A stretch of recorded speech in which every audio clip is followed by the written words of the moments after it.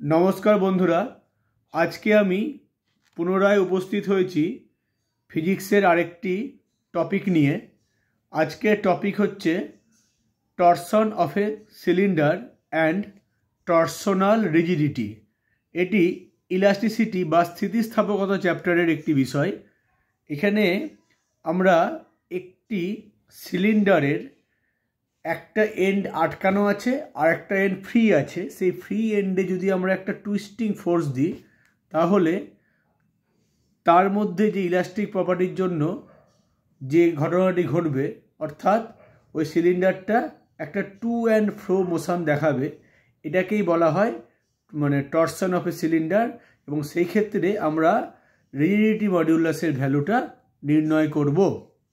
তাহলে চলুন শুরু করা যাক। टर्सन ऑफ ए सिलिंडर और ए सिलिंड्रिकल ओयर। देखुन आमी आगे थेके एकटी सिलिंडारेर छवि एঁকে रेखेছি। এই সিলিন্ডারটার লোয়ার এন্ডটা মনে করুন ফিক্সড আর আপার এন্ডটা ফ্রি। এবার আমরা কি করলাম, ওই সিলিন্ডারের মধ্যে একটা টুইস্টিং ফোর্স দিলাম, অর্থাৎ সিলিন্ডারটাকে আমি এমনি করে টুইস্ট করে ছেড়ে দিলাম। তাহলে টুইস্ট করার ফলে কি হবে, নিচের এন্ডটা যেহেতু ফিক্সড আছে তাহলে ওপর এন্ডের যে সার্কামফারেন্সের পয়েন্টগুলোর মধ্যে একটা রিলেটিভ ডিসপ্লেসমেন্ট ঘটবে। এবং ডিউ টু ইলাস্টিক প্রপার্টি অর্থাৎ যে কোনো বস্তু তার নিজের শেপটাকে বজায় রাখতে চায়, সেক্ষেত্রে ও কী করবে, আবার আগের শেপে ফিরে যেতে চাইবে। অর্থাৎ এইভাবে যে টুইস্ট হলো ও আবার আগের শেপে এইভাবে ফিরে যেতে চাইবে। এবং ওই ফিরে যাওয়ার পরে আবার কি হবে, ও আবার আগের শেপে ফিরে আসবে, কারণ এখানে একটি টর্ক অ্যাপ্লাই হবে। সেই টর্কের ভ্যালুটাও আমরা কিন্তু এখানে ক্যালকুলেট করব, কারণ এখানে আমাদের যে ফোর্সটা সেটা হচ্ছে ট্যানজেন্সিয়াল ফোর্স এবং একটা অ্যাক্সিসের রেসপেক্টে আমরা সেটা ক্যালকুলেট করব। তাহলে দেখুন যে আমরা এই যে সিলিন্ডারটা যার রেডিয়াস কিনা এ এবং লেন্থ হচ্ছে এল, একে আমরা এ নাম্বার অফ কোএক্সিয়াল ডিস্ক দিয়ে এই সিলিন্ডারটা তৈরি বলে কনসিডার করতে পারি। তাহলে আমরা আর রেডিয়াসের এর ভিতরে আরেকটি কনসেন্ট্রিক সিলিন্ডার কনসিডার করলাম। তাহলে যদি আমরা আপার এন্ডে একটা টুইস্টিং ফোর্স দিই তাহলে এই এ পয়েন্টটা এ ড্যাশ পয়েন্টে কী হবে, শিফট করবে। এই পয়েন্টটা হচ্ছে আমাদের এ ড্যাশ পয়েন্ট, তাহলে এই পয়েন্টটা এই পয়েন্টে শিফট করবে। তাহলে ও পয়েন্টে একটা অ্যাঙ্গেল ফাই তৈরি হবে এবং এই বি পয়েন্টে আর একটা অ্যাঙ্গেল থিটা তৈরি হবে। মনে রাখতে হবে এ বি এবং এই ও ড্যাশ এটা কিন্তু প্যারালাল। এবার যেহেতু এই এন্ডটা ফিক্সড আছে, এই এন্ডটা ওপেন, তাহলে কিন্তু এই অ্যাঙ্গেলের ভ্যালুটা কিন্তু গ্র্যাজুয়ালি ডিক্রিজ করবে। তার কারণ হচ্ছে যে ফোর্সটা যদি সরাসরি এই এন্ডে অ্যাপ্লাই হয়েছে তাহলে এই এন্ডের মলিকুলের মধ্যে ফোর্সের এফেক্টটা বেশি হবে এবং ফোর্সের এফেক্টটা ধীরে ধীরে ধীরে ধীরে যত নিচে নামা যাবে তত সেটা কমবে। তাহলে এই যে ফিগারটা আমি এঁকেছি তার জিওমেট্রি থেকে আমরা কি লিখতে পারি, তার জিওমেট্রি থেকে আমরা লিখতে পারি যে এই অ্যাঙ্গেলটা থিটা, এটাকে আমরা লিখতে পারি আর্ক বাই রেডিয়াস। তাহলে এখানে আপনাদের থিটা ইকুয়াল টু আমরা লিখতে পারি আর্ক। আর্ক কোনটা, আর্ক হচ্ছে এ ড্যাশ, তাহলে এ ড্যাশ আর এটা হচ্ছে এ বি হচ্ছে রেডিয়াস, দ্যাট মিন্স এটা হচ্ছে এল, লেন্থ অফ দ্য সিলিন্ডার। তাহলে এটা হলো এল। তাহলে আমরা কি বলতে পারি, a dash is equal to theta into L.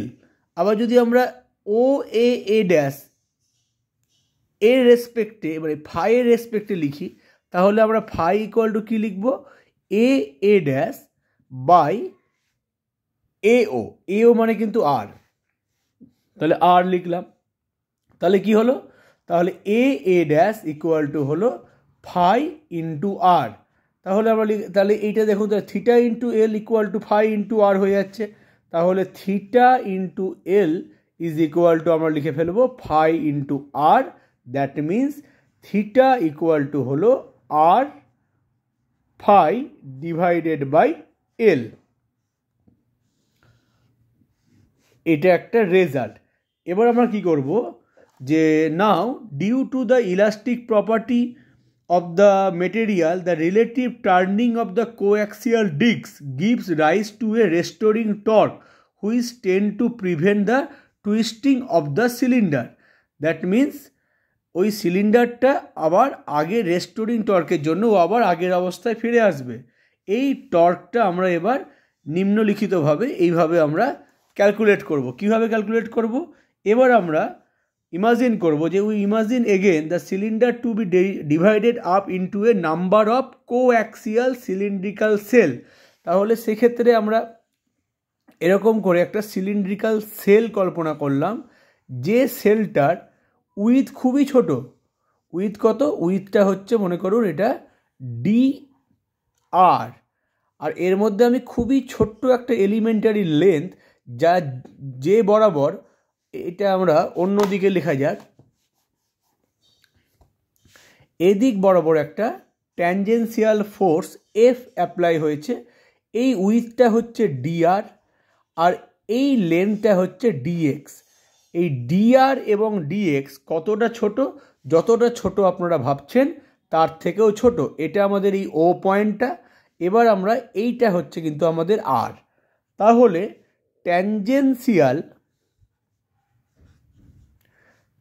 Tangential stress কত হবে? স্ট্রেস হবে ফোর্স বাই এরিয়া। তাহলে এরিয়া মানে কী হবে? Length into breadth, that means dx into dr. এবার তাহলে মডিউলাস অফ রিজিডিটি বা rigidity modulus n equal to হচ্ছে স্ট্রেস বাই স্ট্রেন। তাহলে এখানে স্ট্রেস আমাদের এলো এফ বাই ডিএক্স ডিআর, আর স্ট্রেন কত এখানে? এখানে স্ট্রেন কিন্তু থিটা, কারণ এখানে ডিস্টরশনটা থিটা অ্যাঙ্গেলে হয়েছে। এবার আমরা যদি এফ বাই ডিএক্স ডিআর আর তারপরে থিটার জায়গায় যদি আমি এই রেজাল্টটা পুট করি, তাহলে আসবে আর phi by L. That means আমরা এটাকে যদি ওপর নিচে ভাগটাগ করে দিই, তাহলে এন ইকুয়াল টু আসবে F into L divided by phi R DR D phi, sorry dx, এটা এলো। এবার তাহলে এখান থেকে আমরা তাহলে খুব সহজেই এফের ভ্যালুটা লিখতে পারি। That means F equal to হলো আমাদের এন ফাই বাই এল, এখানে আর ডিআর ডিএক্স। এবার যদি আমরা এবার এই ফোর্সটা যদি আমরা মোমেন্ট ক্যালকুলেট করি এর রেসপেক্টে, তাহলে এখানে কিন্তু আরেকটা আর দিয়ে এটা গুণ হবে, অর্থাৎ moment of the force F dot R, actually F cross আর, এখানে এই ডট প্রোডাক্ট এখানে ইররেলিভেন্ট, কারণ এখানে সাইনের ভ্যালুটা হয়ে যাচ্ছে কত না sin 91, কারণ এফের ডিরেকশন হচ্ছে ট্যানজেন্ট বরাবর আর আর হচ্ছে রেডিয়াস, আর ট্যানজেন্ট আর রেডিয়াস নিজেদের মধ্যে 90 ডিগ্রি অ্যাঙ্গেল করে। তাহলে এফ আর sin 90 মানে 1, তাহলে সাইনটা আমি লিখলাম না। তাহলে আমরা কী লিখবো? এফ ইন্টু আর মানে হচ্ছে এফের ভ্যালুটা বসাবো, তাহলে N phi by l r square DR dx. তাহলে the restoring torque over the entire surface of the annular cylindrical sales will be, কী হবে? আমরা লিখলাম ডেল্টা টাউ।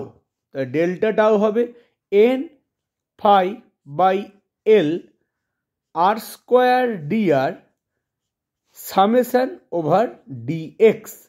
তাহলে ডিএক্স এর সামেশান কত হবে? এখানে গোটাটা ধরলে কত হবে? ডিএক্স এর সামেশান 2 পাই আর হবে। তাহলে 2 পাই আরটা বসিয়ে দিলে আমাদের এই ম্যাথামেটিক্যাল এক্সপ্রেশনটা দাঁড়াবে n phi by l r cube dr into 2 pi, যেহেতু সামেশন অফ ডিএক্স মানে হচ্ছে সামেশন অফ ডিএক্স মানে কি না 2 পাই আর। এবার যদি আমরা এবার টোটাল টর্কটা ক্যালকুলেট করতে চাই, তাহলে অবভিয়াসলি আমাদের কি দাঁড়াবে? দেখুন যে tau equal to 2 pi n phi divided by l integration total cylinder, that means 0 to a into r cube into dr, এটা আমাদের দাঁড়াবে। এবং এখানে যদি আমরা ভ্যালুটা পুট করি এবং আপার লিমিট বসাই, তাহলে ইন্টিগ্রেশনটা হবে আর টু দি পাওয়ার 4/4, 4 2 কাটবে, এ বসলে এ টু দি পাওয়ার 4/4 হয়ে যাবে। তাহলে আলটিমেটলি আমাদের যে রেজাল্টটা আসবে সেটা হচ্ছে পাই N A to the power 4 divided by 2l into 5। তাহলে এই টর্কটার জন্যই ওর মধ্যে একটা অসিলেটরি মোশন তৈরি হবে। তাহলে আমরা এই ক্যালকুলেশনটা প্রথমে আমরা এই ছবি থেকে কী করলাম, যে এ ড্যাশের দুরকমভাবে ভ্যালু বার করলাম, একটা হচ্ছে থিটা ইন্টু এল আর একটা হচ্ছে ফাই ইন্টু আর। তারপরে সেই ভ্যালুগুলো আমরা এখানে পুট করে থিটার ভ্যালু বার করেছি। তারপরে আমরা ট্যানজেন্সিয়াল স্ট্রেস করার জন্য সিলিন্ড্রিক্যাল সেল কনসিডার করেছি, যে সেলের উইথ হচ্ছে ডিআর, লেন্থ ধরেছি ডিএক্স, ট্যানজেন্সিয়াল ফোর্স এফ। তাহলে f by dx dr that is the stress. The stress by strain মানে থিটাটা হচ্ছে এখানে ডিস্টরশন, থিটার জায়গায় আমরা আর ফাই বাই এল বসালাম। তাহলে এরকম টাইপের একটা জিনিস এলো। তাহলে এই ফোর্সের যে মোমেন্ট, সে মোমেন্ট মানে হচ্ছে force into length, F into R into cos theta, where theta is the angle between F and আর। তাহলে সেটা 90 ডিগ্রি, কারণ ট্যানজেন্ট এবং আমাদের রেডিয়াস একে অপরের সাথে 90 ডিগ্রি অ্যাঙ্গেল করে। তাহলে সেটা 1 হয়ে যাচ্ছে, দিয়ে তাহলে আমরা এই ভ্যালুটা পেলাম। তাহলে elementary torque acting on the cell is n phi by l r square dr summation of dx, dx মানে 2 পাই আর বসানো হলো। তাহলে এবার গোটা সিলিন্ডারটার জন্য যদি আমি কনসিডার করি, তাহলে আমাদের ইন্টিগ্রেশন 0 to a করলাম, যেখানে আর কিউব ডিআর হয়েছে, এবং এর ইন্টিগ্রেশনটা করলে আমাদের এই রেজাল্টটা দাঁড়ায়। এই এক্সপ্রেশনটা, this অ্যাভাব expression, that means this expression for torque remains unchanged if we consider the upper end is fixed and lower end is free to rotate। অর্থাৎ আপার এন্ডটা ফিক্সড আছে, লোয়ার এন্ডটা রোটেট করছে, হলেও আমরা সেই একই রেজাল্টে পৌঁছাবো। The restoring torque tau is equal is magnitude to the applied torque, that means tau by phi যদি আমি করে দিই, মানে টাউকে যদি ফাই দিয়ে ভাগ করে দিই, তাহলে এই যে টার্মটা আসছে এইটাকে বলা হয় টর্সোনাল কনস্ট্যান্ট অথবা টর্সোনাল rigidity. This is called টর্সোনাল rigidity. তাহলে এইভাবে আমরা কি করলাম, একটা সলিড সিলিন্ডারের ক্ষেত্রে টর্সোনাল রিজিডিটির ভ্যালুটা বার করলাম, যার ভ্যালু হচ্ছে কত না অ্যাঙ্গুলার ফোর্স বাই ফাই, এই টর্ক বাই ফাই, কারণ এখানে ফাই অ্যাঙ্গেলের একটা ডিস্টরশন ঘটেছে। এবার যদি আমাদের এই সিলিন্ডারটা হলো হতো, তাহলে ইনার এবং আউটার রেডিয়াস যদি R1 R2 হতো, তাহলে আমাদের এই এক্সপ্রেশনটা দাঁড়াতো tau equal two N pi phi divided by 2L ব্র্যাকেটে R1 to the power 4 minus R2 to the পাওয়ার 4। এটা যদি হলো হতো, এটা যদি হলো সিলিন্ডার হতো, তাহলে আমরা এই ভ্যালুটা পাবো। আর যদি সলিড সিলিন্ডার হয়, তাহলে আমরা পাবো হচ্ছে এই ভ্যালুটা। তাহলে আমরা এই জিনিসটা অর্থাৎ টর্সোনাল রিজিডিটি আমরা এইভাবে ক্যালকুলেট করছি। এই ডেরিভেশনটা একটু প্র্যাকটিস করতে হবে এবং জিনিসটা খুব ইন্টারেস্টিং। এই সিলিন্ডারটাকে আমি ঘুরিয়ে ছেড়ে দিলে এটার মধ্যে যে টু অ্যান্ড ফ্রো মোশন দেখাবে। আমি একটা হোমওয়ার্ক আপনাদের জন্য ছাড়ছি, সেটা হচ্ছে যে এ হলো shaft is stronger than a solid one of the same মাস। অর্থাৎ একই মাসের যদি একটা ফাঁপা সিলিন্ডার নিই আর একটা যদি সলিড সিলিন্ডার নিই, তাহলে কিন্তু সলিড সিলিন্ডারের থেকে ফাঁপা সিলিন্ডারটার স্ট্রেংথ অনেক বেশি হবে। তার মানে হচ্ছে একই অ্যাঙ্গেলে টুইস্ট করতে হলো সিলিন্ডারের ক্ষেত্রে আমাকে অনেক বেশি ফোর্স অ্যাপ্লাই করতে হবে। ঠিক এই কারণে আপনারা যদি খেয়াল করে দেখেন যে ইলেকট্রিক্যাল পোল যেগুলো হয় স্টিলের গোল গোল সিলিন্ড্রিক্যাল, সেগুলো কিন্তু হলো হয়। তার কারণটা হচ্ছে তার স্ট্রেংথটা বেশি হয়, সে অনেক বেশি বাইরের আঘাত সহ্য করতে পারবে। তাহলে আজকের ভিডিওতে আমরা টর্সোনাল রিজিডিটি সম্বন্ধে জানলাম। আশা করছি আপনাদের ভিডিওটি ভালো লেগেছে। যদি ভালো লাগে তাহলে অবশ্যই আমার চ্যানেলটিকে সাবস্ক্রাইব করবেন। নমস্কার।